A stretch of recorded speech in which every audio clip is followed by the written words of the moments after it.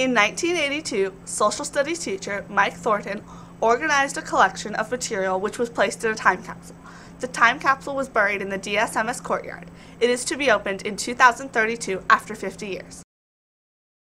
It is now 2007, 25 years after the burial of the time capsule, with 25 years still to go before it is opened in 2032. I am Charlie Kate Harper. I am an 8th grade student in Mrs. Ryan's video production class. We are converting the VHS tape of the time capsule presentation to a DVD format. We hope that this DVD format will be able to be viewed in 2032 when the time capsule is unearthed and open. Best wishes to all of you viewing this in the future. Of what we've had for them here in 1982. We are the class of 1983, Desert Shadows Middle School, and we just wanted to, first of all, help the people of the future know a little bit more about us, and also to get us thinking about the future, get us preparing for the days and years ahead. So to start off our little program, we are going to give Mr. Cooper, who's our building principal, a chance to share a few words.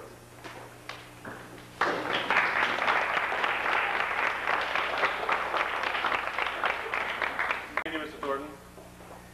You know, since Mr. Thornton and the social studies teachers have been talking about this project since way last year, it has finally come to fruition today. A lot of plans have gone into this. You kids have had an opportunity to be vitally involved in what has been happening.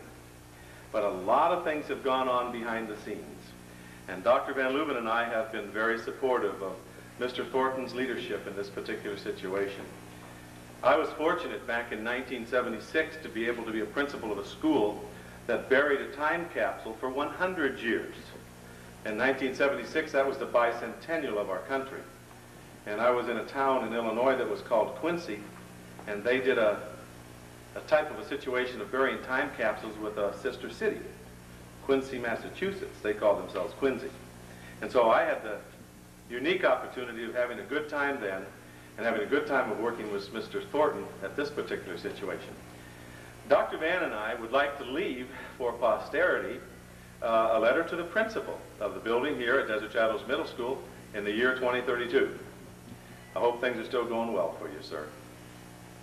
But what we tried to do for you specifically is to leave you some information about the kinds of materials that we used in the office to keep these kids under our thumb, to keep our teachers cracking at the whip, and to ensure the fact that we had the best program for our kids, meeting a great variety of needs in a great variety of ways. And we're proud of the things that we've done so far. I'm proud of this program as far as what has been accomplished and what will be saved for posterity. I just wish I could be around 50 years from now, but I'm afraid my time will be up sooner than that. Now, I also have to call on an individual who does all the hard work around here. Dr. Van, you need to come up and talk a little bit about what you really wanted to have in that casket. Come on. Dr. John Van Leuven.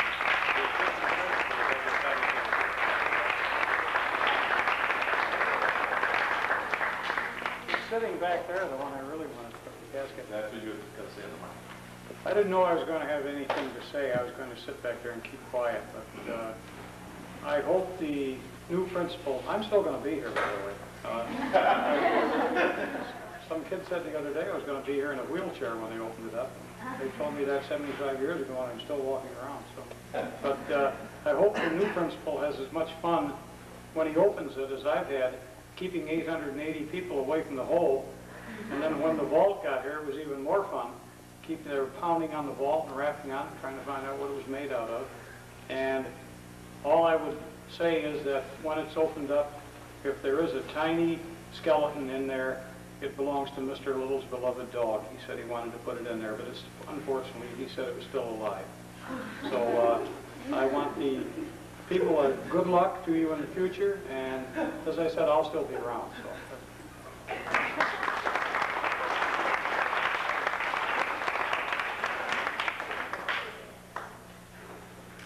The reason that we are doing this is manyfold.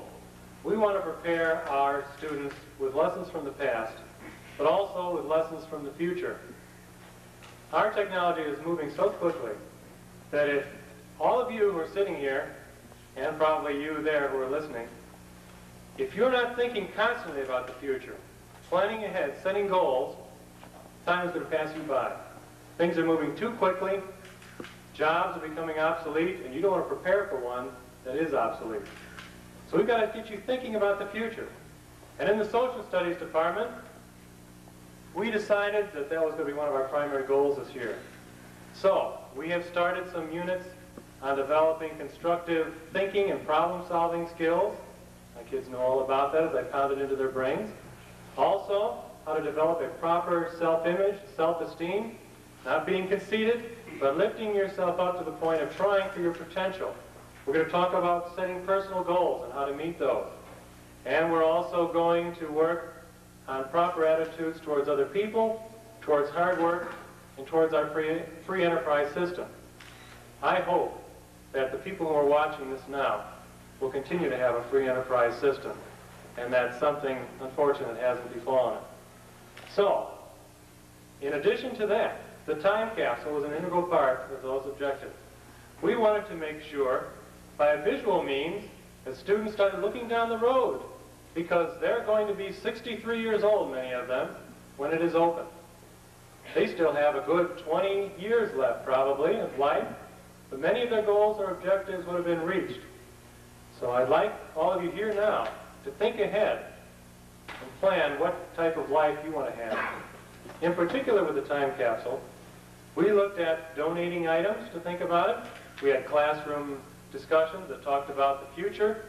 We developed a one-page theme on when I look back from 2032, what will I see in my life? What will I have done? The more we think about it, the more we plan for it, the better we will be set. Now, we're going to highlight the students, of course, because you are the ones that brought in many of the items. And we have 6 or 7 wonderful little people here who are nervously sitting in the chairs waiting for their turn.